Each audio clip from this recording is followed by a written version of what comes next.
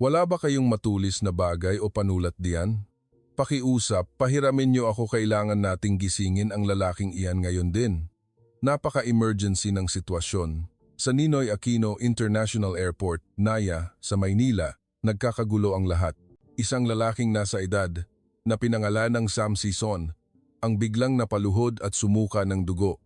Nagmamadaling tumakbo ang mga security staff ng paliparan, naghahanap ng doktor, ngunit sa gitna ng nagpapanik na pulutong, walang sinuman ang naglakas loob na lumapit. Sa sandaling iyon, isang dalagang Pilipina, si Maya, na humihila ng kanyang maleta, ang biglang sumugod.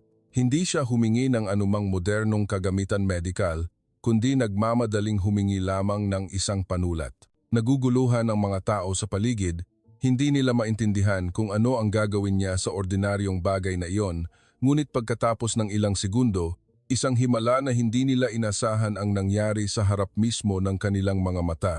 Gayunpaman, ang kahangahangang gawaing pagliligtas na ito ay hindi ang katapusan, ito ang simula na lubusang magpapabago sa buhay ng dalaga, humila sa kanya sa gitna ng isang dakilang plano na hindi niya kailanman naisip. Sa pamamagitan lamang ng isang panulat, ano ang mangyayari at anong mga pagsubok ang haharapin ng dalagang ito sa hinaharap. Ngayon, ikukuwento ko sa iyo ang isang kuwentong totoo na mahirap paniwalaan. Walang sinuman ang makakaisip na ang isang ballpen ay maaaring magpabago sa kapalaran ng isang tao ng ganito. Sa NAIA, mahigpit na niyakap ni Maya ang kanyang lola sa huling pagkakataon bago siya umalis. Mahigpit na kinuyom ng kunot-kunot na mga kamay ng matanda ang balikat ng kanyang apo, na ang tinig ay puno ng pag-aalala.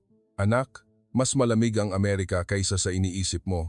Kahit gaano ka pa katalino, bihirang bigyan ng pagkakataon ang mga Asyano na tulad natin. Ngunit umiling lang si Maya at ngumiti ng maliwanag. Sa kanyang isip, gumuhit na siya ng isang pangarap na hinaharap. Ang larawan niya na nakasuot ng puting lab gown, nagliligtas ng mga pasyente sa operating room. Ang larawan niya kasama ang mga nangungunang medical na koponan sa mundo na nagde-develop ng mga groundbreaking na teknolohiya sa medisina. Lola, huwag po kayong mag-alala. Tiyak na babalik akong matagumpay. Kahit na nagtapos si Maya sa kolehiyo, nang mas maaga na may outstanding na degree, hindi kailanman nalaman ng mga tao sa paligid niya ang kanyang tunay na pangarap. Tiningnan lang nila siya bilang isang bookworm. Si Maya mismo ay hindi kailanman inamin ang kanyang pinakamalalim na damdamin. Nang dumaan siya sa security check, walang malay na hinawakan ng kanyang kamay ang pencil case sa kanyang bag. Ang panulat ay naging kasama niya mula pagkabata. Habang ang ibang mga bata ay naglalaro ng bahay-bahayan at manika, ginugol ni Maya ang kanyang oras sa pagguhit at pagtatala gamit ang kanyang mga panulat. Para sa kanya, ang ordinaryong panulat na iyon ay ang kanyang pinakamapagkakatiwalaang kaibigan. Pagkatapos ng 12 oras na mahabang flight, sa wakas ay nakatapak si Maya sa Los Angeles International Airport. Habang nakatayo sa mahabang pila para sa customs, tumingin siya sa paligid. Ang mga tao ay nagsasalita ng iba't ibang wika.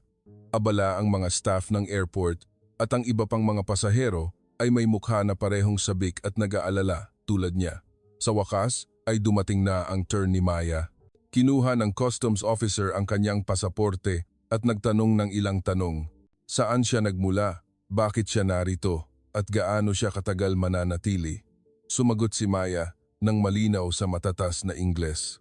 Dumating siya para mag-aral sa isang Medical Technology Institute. Ang pangarap niya ay maging isang mahusay na surgical doctor. Tumango ang opisyal at nagselyo sa kanyang pasaporte. Ngayon, talagang nakatapak na siya sa lupa ng Amerika. Ang puso ni Maya ay puno ng pag-asa. Habang papunta para kunin ang kanyang bagahe, siya ay nauhaw at nagtungo sa isang vending machine.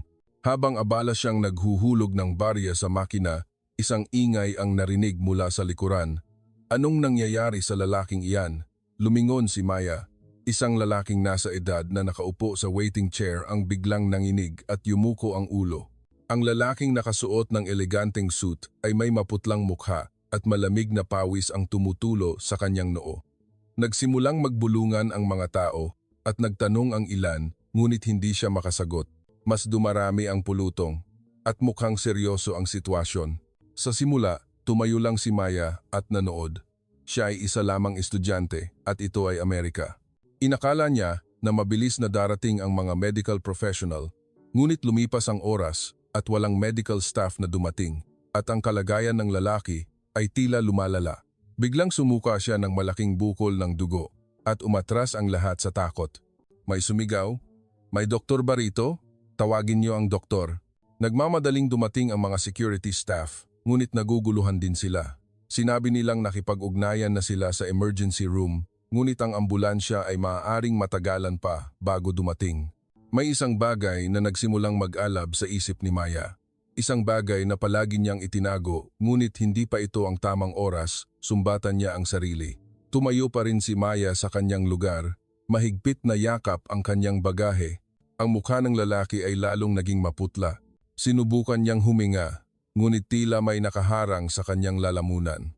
Ang tinig ng mga tao sa paligid ay nagsimulang maging mas lalo pang nagpapanik. Tulong! Kailan darating ang doktor? Kung ganito, mapanganib. Naramdaman ni Maya ang mabilis na pagtibok ng kanyang puso.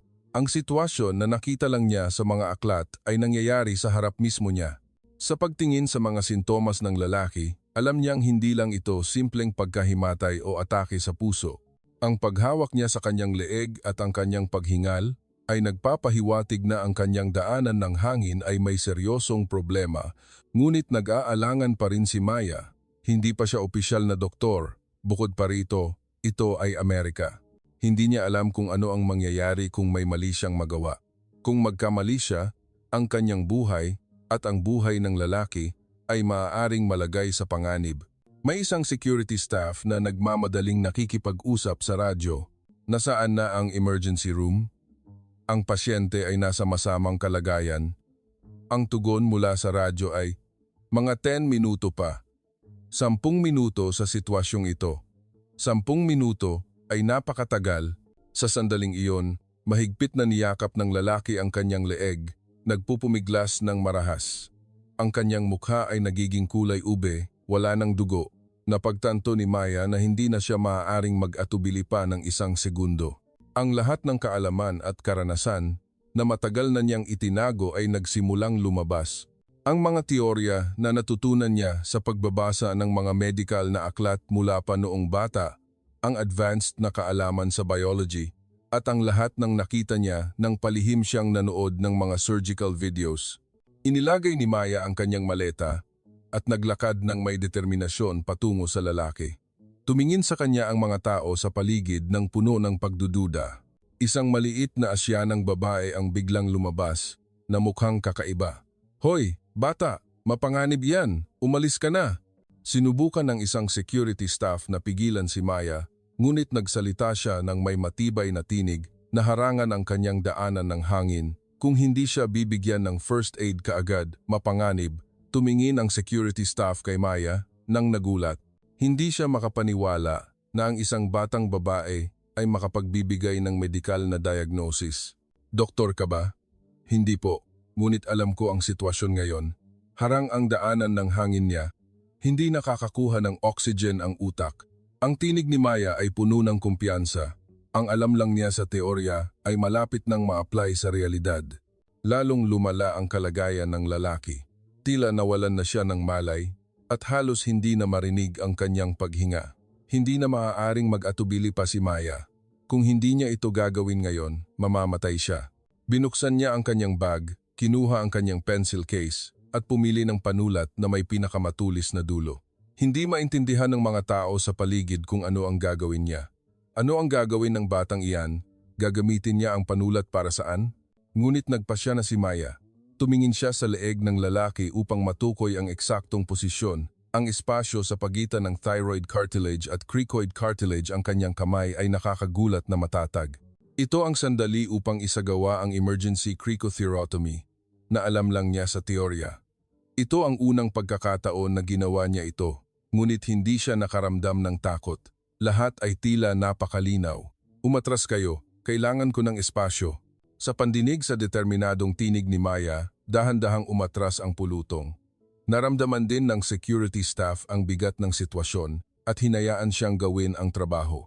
Tiningnan ni Maya ang eksaktong posisyon sa leeg ng lalaki at sinimulang sundutin ang panulat upang gumawa ng maliit na butas. Ito ay isang pamamaraan na nakita na niya ng maraming beses sa mga aklat, ngunit ito ang unang pagkakataon na ginawa niya. Gayunpaman, ang kanyang galaw ay tumpak tulad ng isang doktor na may maraming taon ng karanasan. Pagkatapos ng ilang segundo, isang daloy ng hangin ang nagsimulang bumuga mula sa maliit na butas sa leeg ng lalaki kasama ang nakaharang na dayuhang bagay. Hindi nagtagal, bumalik sa normal ang paghinga niya. Unti-unting nagpink ang kulay ube niyang mukha. Nagulat ang mga nakasaksi. Diyos ko, gising na siya. Paano nangyari iyon? Niligtas siya ng batang iyon. Dahan-dahang iminulat ng lalaki ang kanyang mga mata at nagising. Ang unang nakita niya ay ang mukha ni Maya na nakatingin sa kanya. Kahit hindi niya palubos na naiintindihan ang lahat, naramdaman niyang buhay pa siya. Eksakto sa sandaling iyon, dumating din ang ambulansya. Ngunit ang emergency ay nalutas na. Ang mga emergency medical staff ay nagulat sa pamamaraang ginawa ni Maya. Sino ang gumawa nito? Itinuro ng security staff si Maya at sumagot, isang estudyante mula sa Pilipinas. Tiningnan ng mga emergency staff si Maya nang hindi makapaniwala. Imposibleng isang estudyante ang makagawa ng emergency cricothyrotomy ng perpekto. Sa wakas, ay nagsimulang maramdaman ni Maya ang bigat ng kanyang ginawa. Ang mga mata ng lahat ay nakatuon sa kanya. Paulit-ulit siyang tinanong ng medical staff, saan mo natutunan ang teknik na ito? Estudyante ka ba talaga? Nag-aaral ka ba ng medisina? Sa sandaling iyon, napagtanto ni Maya na ang kanyang buhay sa Amerika ay magsisimula ng napakadramatiko. At wala siyang kaalam-alam na ang pangyayaring ito ay magbabago sa kanyang buhay magpakailanman. Nang lubusang magising ang lalaki, mabilis na nagsimulang magbago ang lahat. Habang inihahanda ng medical staff na isakay siya sa ambulansya, itinaas niya ang kanyang kamay upang maghintay sandali. Pagkatapos ay lumingon siya kay Maya. Ikaw ang nagligtas sa buhay ko, hindi ba? Tumango si Maya ng bahagyang nagulat. Hindi pa rin siya makapaniwala na nakapagligtas talaga siya ng isang buhay. Ginawa ko lang po ang tama, Ginoo. Tiningnan ng lalaki ng maigi ang mukha ni Maya. Ang kanyang mga mata ay puno ng taos-pusong pasasalamat. Maaari ko bang malaman ang iyong pangalan at numero ng telepono? Kailangan kitang bayaran. Bago pa makasagot si Maya, isinakay na ang lalaki sa sasakyan. Bago umalis, sinabi niya kay Maya sa huling pagkakataon, ang pangalan ko ay Richard Carton. Tiyak na magkikita tayong muli. Ikaw ang aking tagapagligtas. Sa pagkarinig ng apelidong Carton, nagbago ang mukha ng ilan sa paligid. May bumulong, baka siya ang Carton ng Carton Medical Corporation? Tama. Sa paraan ng kanyang pananamit, tiyak na siya iyon. Hindi pa rin alam ni Maya kung sino si Richard Carton, ngunit sa reaksyon ng mga tao, nahulaan niyang sikat siya. Pagkaalis ng ambulansya, bumalik sa normal ang operasyon ng airport. Ngunit may ilang tao pa rin ang pumapalibot kay Maya at nag-uusap tungkol sa kanyang ginawa. Kahanga-hanga, isang estudyante ang nakapagbigay ng first aid ng ganyan. Tiyak na estudyante siya ng medisina o baka doktor na. Hindi komportable si Maya sa atensyon ng lahat, kaya sinubukan niyang umalis ng tahimik. Ngunit isang staff ng airport ang lumapit. Miss, maaari ba kaming kumuha ng pahayag tungkol sa pangyayari? Ito ay Protocol NG Seguridad NG Airport. Wala nang nagawa si Maya, kundi sumunod sa staff patungo sa opisina ng airport.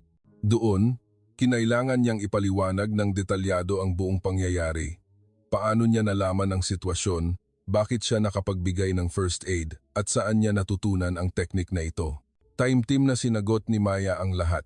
Nag-aral siya ng medisina ng mag-isa at alam niya ang tungkol sa emergency first aid technique na ito. Ngunit idinagdag din niya na ito ang unang pagkakataon na in-apply niya ito sa tunay na sitwasyon.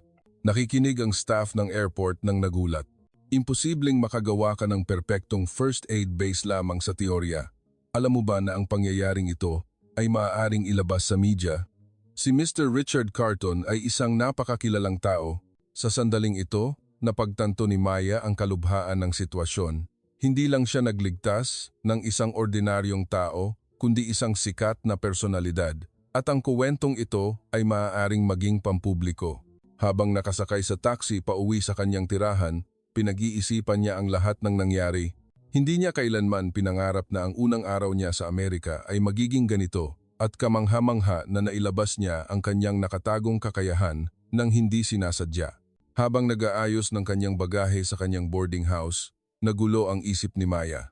Nakaramdam siya ng saya, pagmamalaki, at kasabay nito ay kaunting pag-aalala. Hindi niya mahulaan kung ano ang darating sa kanya sa hinaharap. Nang gabing iyon, tinawagan ni Maya ang kanyang lola. Dahil sa pagkakaiba sa time zone, kinabukasan na sa Pilipinas. Lola, nakarating na po ako ng ligtas. Mabuti naman, anak, walang nangyari bang masama, hindi ba? Nag-atubili sandali si Maya. Dapat ba niyang sabihin sa lola niya ang nangyari sa airport? Sa tingin niya ay mag-aalala ang lola niya, ngunit sa huli, nagpasya siyang sabihin ang totoo. May nangyari po kasing medyo kakaiba sa airport. Nang ikwento ni Maya ng detalyado ang pangyayari, tumahimik sandali ang lola niya at nagtanong ng may pag-aalala, "Ayos ka ba talaga? May problema ba, anak? Huwag po kayong mag-alala, maganda po ang nangyari, lola. Nalaman ko po na kaya ko palang tumulong sa iba."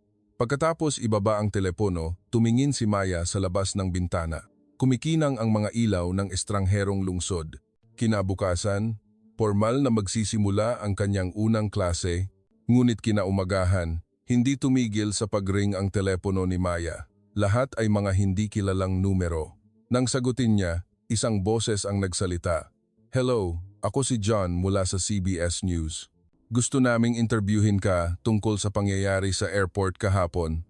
Labis na nagulat si Maya. Nakarating na ba sa media ang kanyang kwento?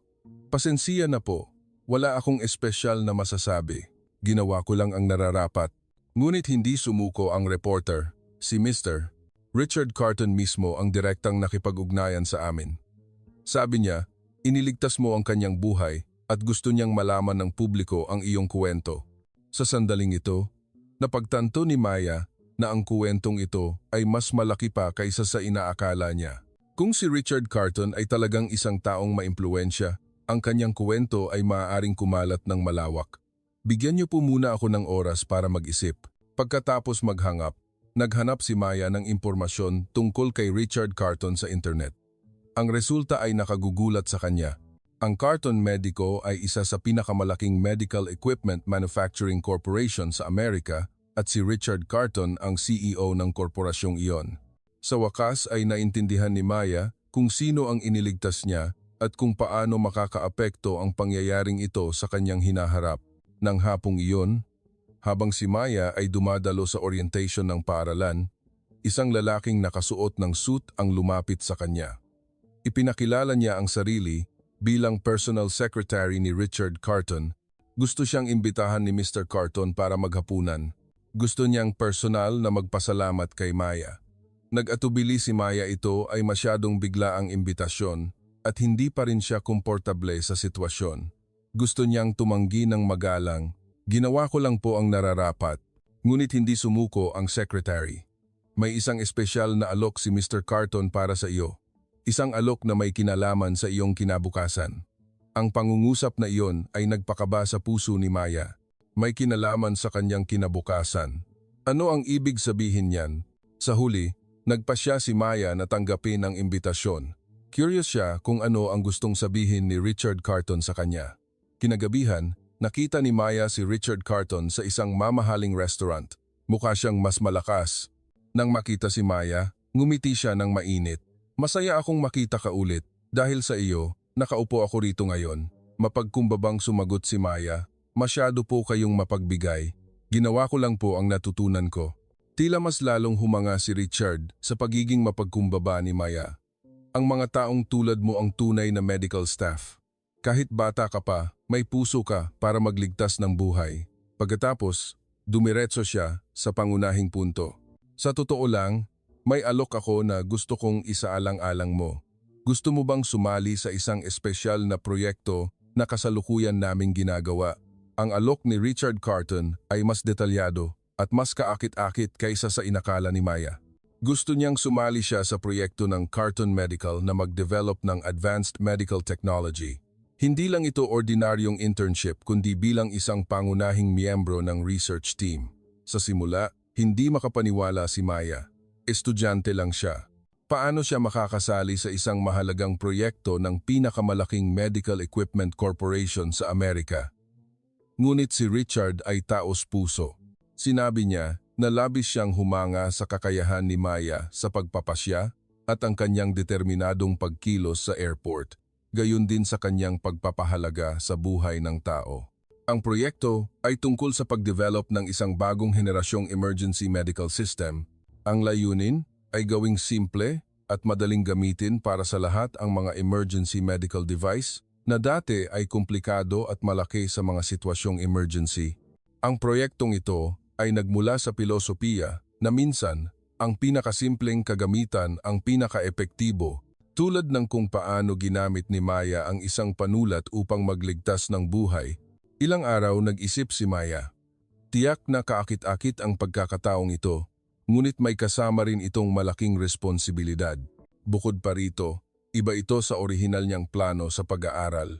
Ngunit sa huli, nagpasya si Maya na tanggapin ang alok, ang pagde-develop ng teknolohiya na makakapagligtas ng buhay sa totoong buhay ay ganap na naaayon sa kanyang pangarap. Lubusang nagbago ang buhay ni Maya. Sa umaga, nag-aaral siya sa institute.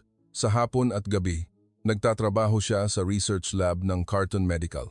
Sa simula, nakaramdam siya ng pagod, ngunit nakita ni Maya ang kagalakan sa bawat trabaho. Ang ibang miyembro ng research team ay tumingin kay Maya nang may pagdududa noong una. Sa kabila ng espesyal na kuwento, hindi sila sigurado kung ano ang maitutulong ng isang batang estudyante. Ngunit mabilis na binali ni Maya ang kanilang pagdududa. Ang kanyang mga ideya ay nagmula sa mga pananaw na hindi pa naisip ng ibang researchers. Sa halip na gawing mas komplikado ang mga komplikadong medical device, bumalik siya sa esensya, naghahanap ng mga basic ngunit pinaka-epektibong pamamaraan tulad ng paggamit niya ng panulat para buksan ang daanan ng hangin.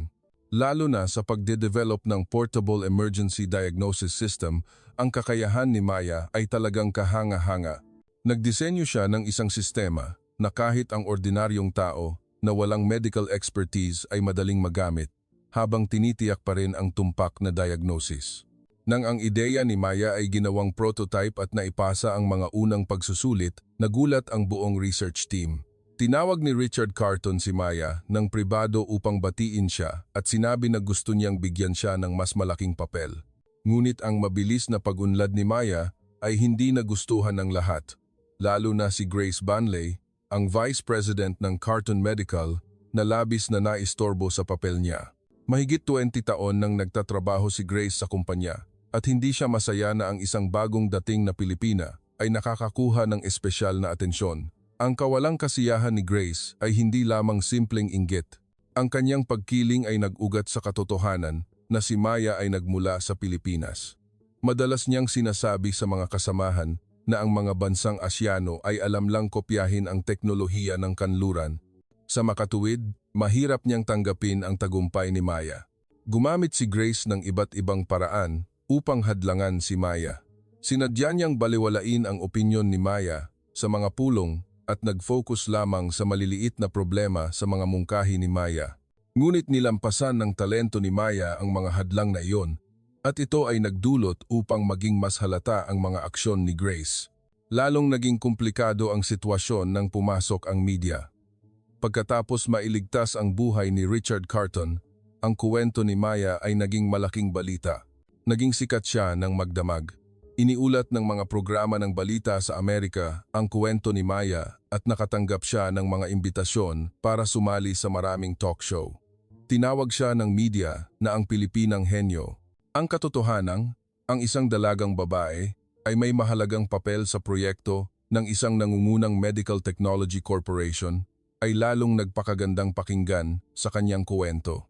Ang mga larawan at interview ni Maya ay lumabas araw-araw sa mga pahayagan at internet.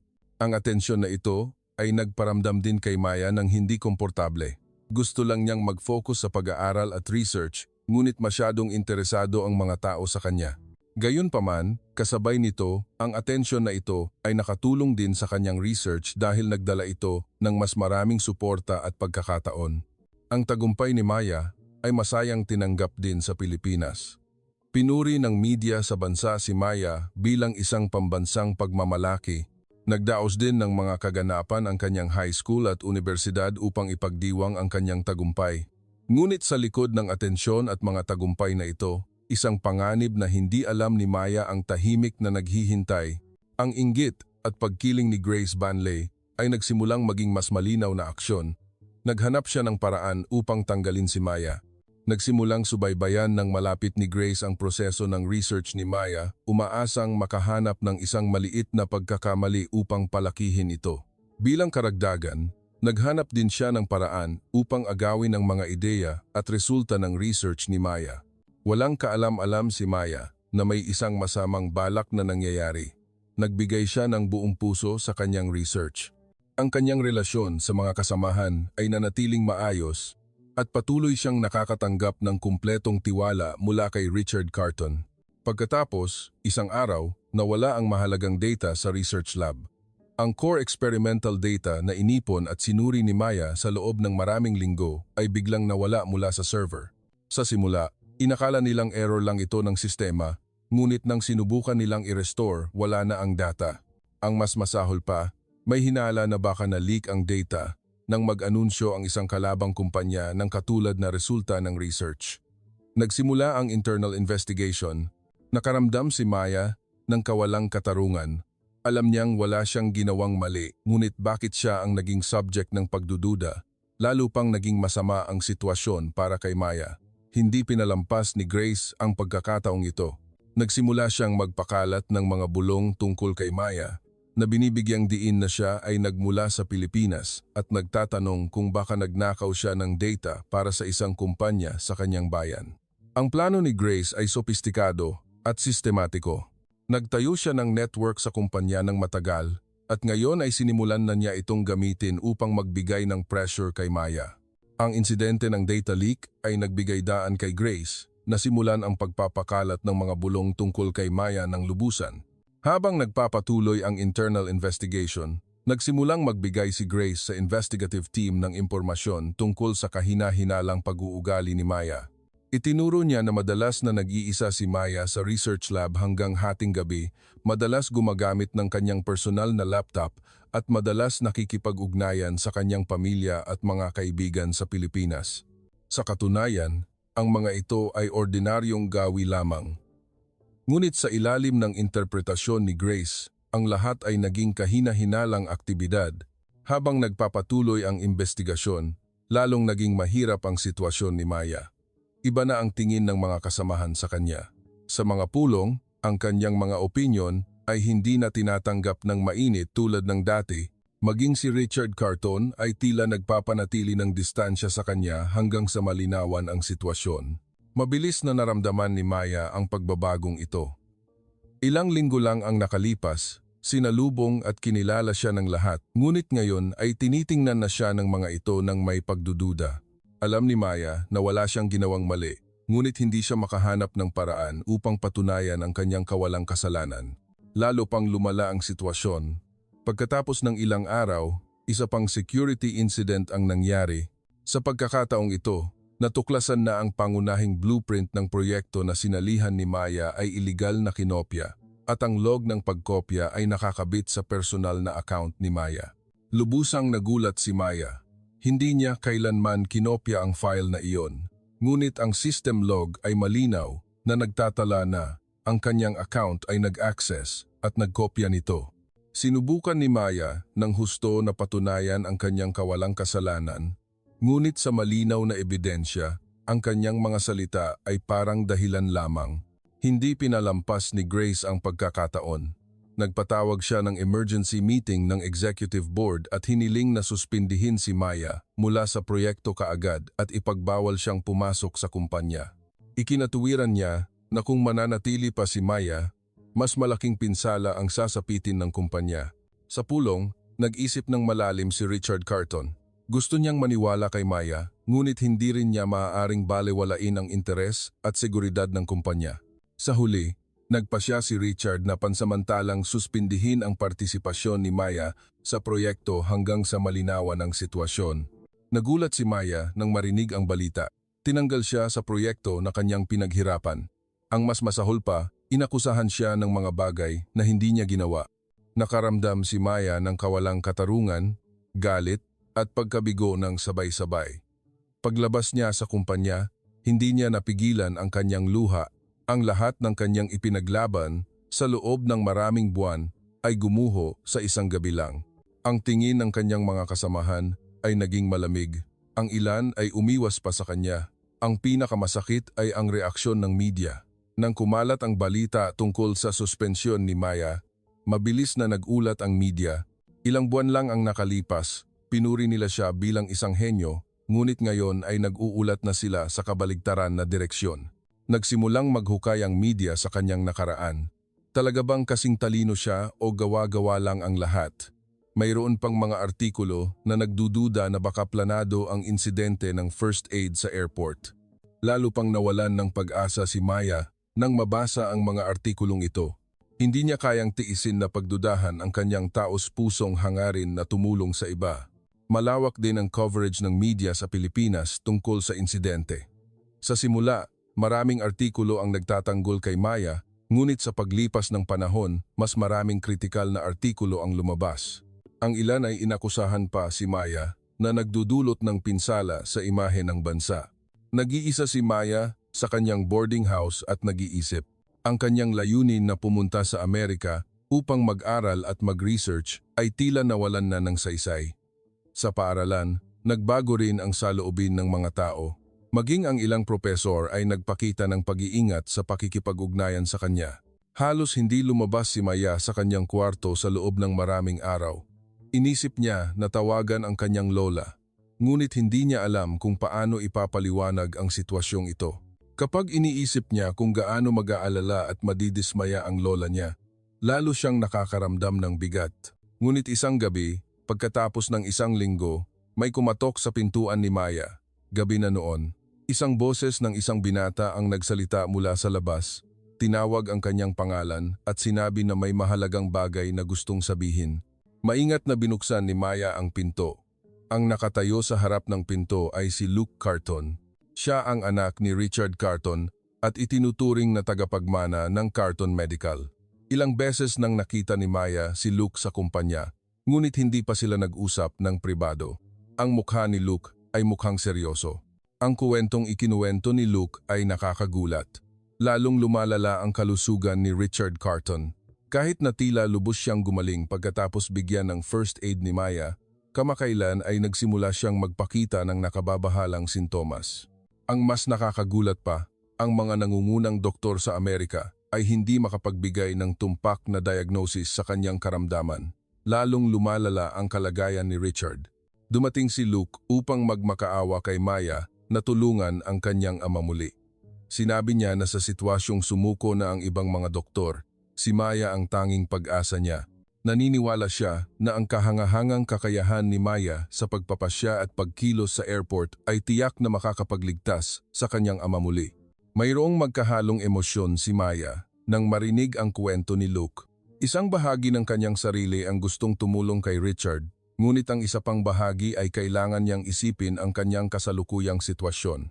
Matalino ba na bumalik sa pakikipag-ugnayan sa pamilyang Carton habang siya ay katatanggal lang sa kumpanya? Ngunit nang makita niya ang pagmamakaawa sa mukha ni Luke, nagsimulang lumambot ang puso ni Maya. Mas mahalaga ang buhay ng tao kaysa sa lahat. Ang dahilan kung bakit nag-aral si Maya ng medisina at gustong maging doktor ay para sa mga sandaling tulad nito. Humingi siya ng isang araw kay Luke para mag-isip. Kasabay nito, ibinigay ni Luke sa kanya ang detalyadong medical record ni Richard. Pagkaalis ni Luke, nagsimulang suriin ng maigi ni Maya ang medical record. Sa pagtingin sa mga sintomas, nagsimula siyang maniwala na mayroong isang bagay na hindi pangkaraniwan na maaaring hindi napansin ng ibang mga doktor. Ginugol ni Maya ang buong gabi sa pagsusuri ng data. Naghanap siya sa mga medical books at inihambing sa mga katulad na kaso. At sa proseso, muli niyang naramdaman kung gaano niya kamahal ang medisina. Lalong naging kumbinsido si Maya sa kanyang pagsusuri. Naniniwala siya na mayroong isang mahalagang pahiwatig na hindi napansin ng ibang mga doktor. Ang mga sintomas ni Richard ay hindi lang simpleng pagbabalik ng dating sakit kundi isang hindi nalutas na pangunahing problema mula pa sa simula. Ang partikular na pinansin ni Maya ay ang mga sintomas ni Richard na may kinalaman sa respiratory system. Kahit na tila gumaling siya pagkatapos ng emergency first aid, kamakailan ay nagsimulang lumabas muli ang katulad na sintomas. Ngunit sa pagkakataong ito ay sa talamak na anyo na nagmula sa lalamunan, karamihan sa mga doktor ay magfo-focus sa diagnosis ng karaniwang sakit sa puso o baga. Ngunit naisip ni Maya na maaaring may nakatagong problema sa istruktura. Bumalik ang kutob na naramdaman niya noong nagbigay siya ng first aid sa unang pagkakataon. Ipinagsama-sama ni Maya ang mga resulta ng kanyang pagsusuri at nakipag-ugnayan kay Luke. Sinabi niya na kung papayagan siyang personal na suriin si Richard, mas makakapagbigay siya ng tumpak na diagnosis. Agad na sumang-ayon si Luke. Nang sumunod na hapon, nagtungo si Maya kasama si Luke sa pribadong mansyon ni Richard. Ang mansyon ng pamilyang Carton ay mas malaki kaysa sa inakala ni Maya, ngunit ang kapaligiran sa loob ay labis na tensyonado. Nakahiga si Richard sa kama sa kanyang kwarto. Kumpara sa huling pagkikita, mukha siyang mas mahina. Nang makita si Maya, ngumiti siya ng mahina. Nagsimulang maingat na suriin ni Maya si Richard. Habang nagche-check up, lalo siyang naniwala na tama ang kanyang hula. Ang diagnosis ni Maya ay ganap na naiiba sa ibang mga doktor. Ang problema ni Richard ay hindi nasa puso, o baga kundi nasa isang maliit na pinsala sa istruktura ng leeg. Hinala niya na ang pressure sa panahon ng unang emergency first aid ay maaaring nakapinsala sa mga nakapaligid na tissue at ang mga problemang ito ay unti-unting lumala sa paglipas ng panahon. Ang mga ganitong pinsala ay maaaring hindi matuklasan sa mga karaniwang pagsusuri, lalo na kapag ang mga sintomas ay lumalabas ng dahan-dahan na nagiging madali para sa mga tao na maling may diagnose ito sa ibang mga sakit. Ngunit si Maya, na personal na nagsagawa ng first aid, ay malinaw na naaalala ang sitwasyon noon kaya nahulaan niya ang posibilidad na ito. Ang problema ay napakahirap gamutin ang mga ganitong pinsala. Ang operasyon ay may mataas na peligro dahil malapit ito sa mga kritikal na daluyan ng dugo at istruktura. Ngunit hindi sumuko si Maya. Nag-aral siya ng maraming araw. Sa huli, nakakita siya ng isang posibilidad. Naniniwala siya na ang paggamit ng isang bagong develop na minimally invasive surgical technique ay maaaring malutas ang problema ni Richard. Ngunit mayroong isang malaking problema. Hindi pa opisyal na lisensyadong doktor si Maya, kahit na nakita niya ang perpektong paraan ng paggamot sa teorya, wala siyang karapatang magsagawa ng operasyon. Naintindihan ni Luke ang mga pag-aalala ni Maya ngunit hindi siya sumuko, nangako siyang aayusin ang mga legal na problema. Ang kanyang plano ay napakamapangahas. Sa basement ng Carton Mansion, mayroong fully equipped medical lab na may mga kagamitan na katumbas ng isang ospital. Nag-alok si Luke na isagawa ang hindi opisyal na operasyon doon. Lubusang nagatubili si Maya. Kung magtagumpay, maililigtas niya ang buhay ni Richard. Ngunit kung mabigo, siya ang mananagot ng buo at maaari pa siyang humarap sa kaso ng iligal na pagsasanay ng medisina. Ngunit malinaw na wala na siyang ibang pagpipilian. Ginawa ni Maya ang huling desisyon, ililigtas niya si Richard. Ang paghahanda para sa operasyon ay ginawa ng maingat. Lihim na inihanda ni Luke ang medical staff at ang kinakailangang kagamitan. Nagplano si Maya ng detalyado para sa operasyon at naghanda para sa lahat ng posibleng sitwasyon. Ang gabi bago ang operasyon, hindi nakatulog si Maya. Hindi siya sigurado kung magtatagumpay ang operasyon, ngunit kasabay nito, nakaramdam din siya ng tiwala. Ang tiwala na katulad ng naramdaman niya noong nagbigay siya ng first aid kay Richard sa airport sa unang pagkakataon. Muling hinawakan ni Maya ang kanyang pencil case. Ang panulat na kasama niya mula nang dumating siya sa Amerika. Ang panulat na ito ay may espesyal na kahulugan na ngayon, para sa kanya. Hindi niya kailanman naisip na ang kuwentong nagsimula sa isang panulat ay magdadala sa isang malaking operasyon na tulad nito.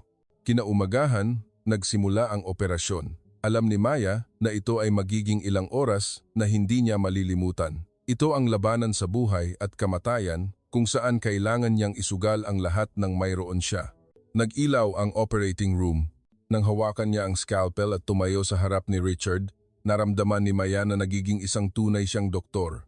Hindi dahil sa kanyang edad o lisensya, kundi dahil sa isang puso na gustong magligtas ng buhay. Sa malamig na operating room, ang mga kamay ni Maya ay nakakagulat na matatag. Nang gawin niya ang unang hiwa, naging malinaw ang lahat. Nang buksan niya ang leeg ni Richard, kinumpirma ni Maya na tama ang kanyang diagnosis. Ang isang maliit na pinsala mula sa nakaraang first aid ay unti-unting pumipiga sa mga nakapaligid na tissue sa paglipas ng panahon. Mas komplikado ang operasyon kaysa sa inaasahan. Ang mga nasirang tissue ay nakabalot sa mga kritikal na daluyan ng dugo at istruktura ng nerbiyos. Ngunit kalmado pa rin ginawa ni Maya ang bawat hakbang. Samantala, nag-aalalang naghihintay si Luke sa labas. Minsan, sumisilip siya upang makita ang sitwasyon.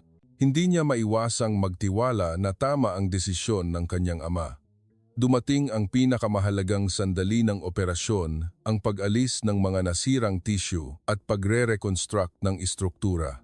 Kung may isang maliit na pagkakamali, ang respiratory function ni Richard ay maaaring mapinsala ng permanente. Huminto sandali si Maya, huminga ng malalim. Ang bawat sandali sa kanyang buhay ay dumaan sa kanyang isip. Naramdaman niya na ang lahat ay paghahanda para sa sandaling ito. Muling hinawakan ni Maya ang scalpel. Sa pagkakataong ito, ang kanyang kamay ay puno ng kumpiyansa. Ang kanyang galaw ay tumpak at pinung-pino.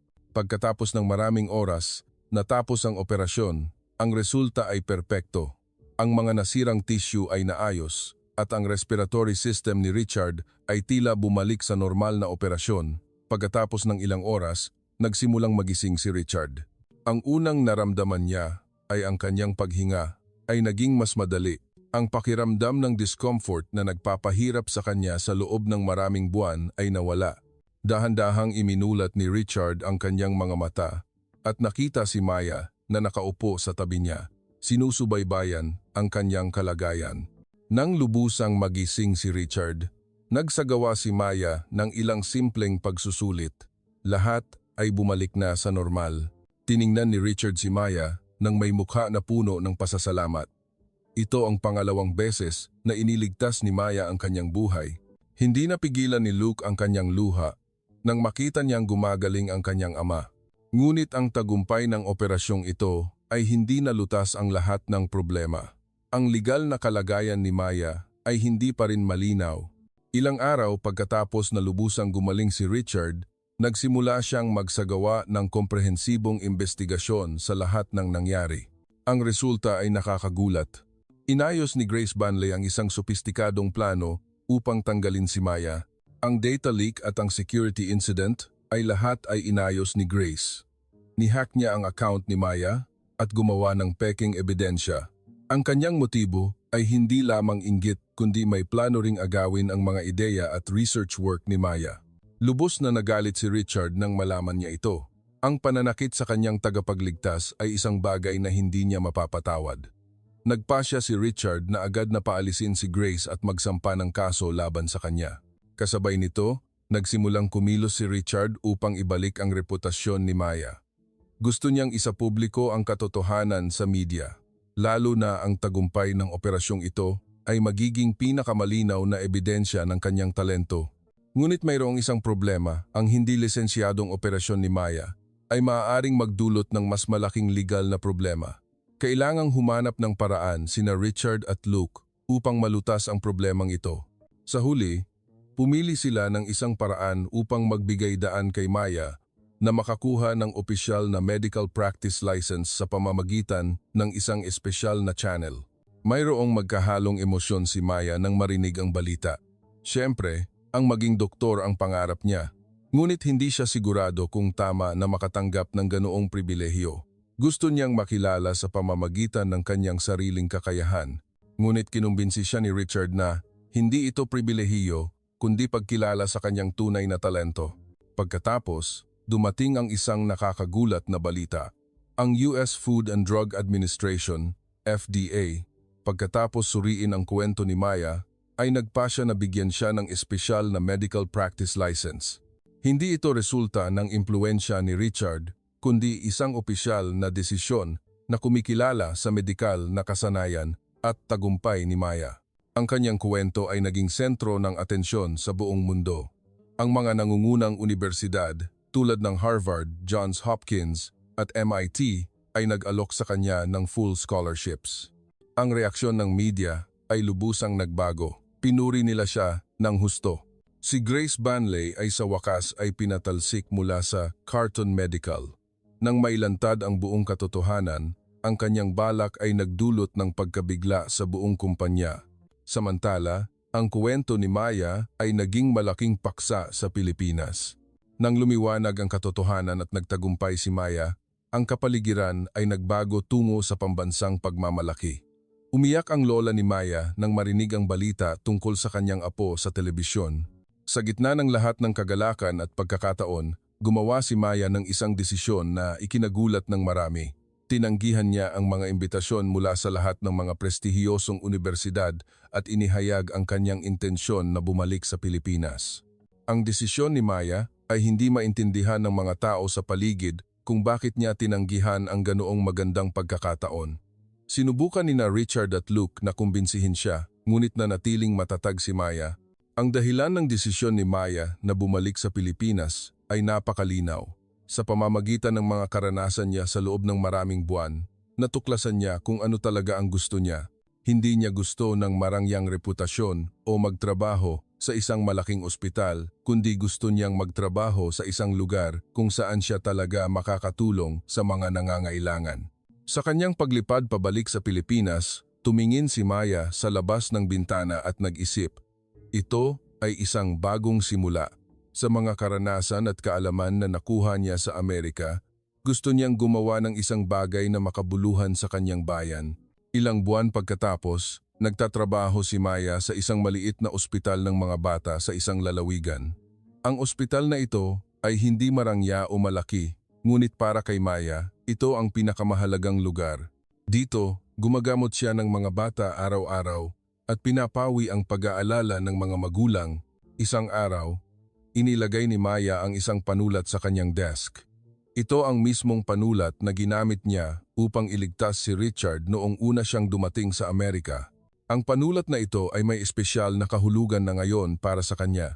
Ito ay isang simbolo ng paniniwala na kahit ang pinakasimpleng kagamitan ay maaaring magligtas ng buhay at ang tunay na sining ng medisina ay nagmumula sa isang mainit na puso. Ang mga bata na pumupunta sa ospital ay curious tungkol kay Maya. Paanong ang isang batang babae ay may ganitong kasanayan sa medisina at bakit siya nagtatrabaho sa isang maliit na ospital na tulad nito? Madalas ikuwento ni Maya sa mga bata ang parehong kwento. Kinuha niya ang kanyang panulat at sinabing, sa maliit na panulat na ito, makakapagligtas tayo ng isang buhay. Kaya, maaari rin kayong magsimula sa maliliit na bagay upang makamit ang malalaking pangarap. Nakikinig ang mga bata sa kwento ni Maya na may nagniningning na mga mata. Ang ilan ay nagsabi pa na gusto nilang maging doktor tulad niya. Ang kwento ni Maya ay naging isang alamat. Ang Pilipinang henyo na nagligtas ng buhay gamit ang isang panulat, bumalik mula sa Amerika nang may lahat ng kaluwalhatian upang hanapin ang tunay na kahulugan ng propesyon ng medisina. Sa gabi pagkatapos ng trabaho, umakyat si Maya sa rooftop ng ospital at tumingin sa kalangitan. Sa malayo, marahil sa Amerika, marami pa ring kuwento ang nangyayari. Ngunit naniniwala si Maya na sa sandaling ito at sa lugar na ito, ginagawa niya ang nararapat. Hawak pa rin ni Maya ang panulat na iyon. Ngayon, hindi lang ito kagamitan para magsulat kundi simbolo ng kanyang pilosopiya at paniniwala. Ang paniniwala na mula sa pinakapangunahin at pinakasimpleng bagay, makakagawa tayo ng pinakadakilang mga bagay. Tumingin si Maya sa mga bituin sa kalangitan ng gabi at palihim na nangako na patuloy siyang maglilingkod sa bawat pasyente at mananatiling matatag sa kanyang landas bilang isang tunay na doktor. Ang kuwentong nagsimula sa isang panulat ay sa wakas ay natapos na. Pinili niya ang landas na talagang gusto niyang tahakin. Sa halip na isang marangyang entablado, pinili niya ang isang maliit at tahimik na ospital ng mga bata. Sa halip na kasikatan, pinili niya ang tunay na sining ng medisina at sa kanyang desk nakalagay pa rin ang panulat na iyon. bilang isang paalala na ang isang mapagkawanggawang puso na gustong magligtas ng buhay ang pinakadakilang sining ng medisina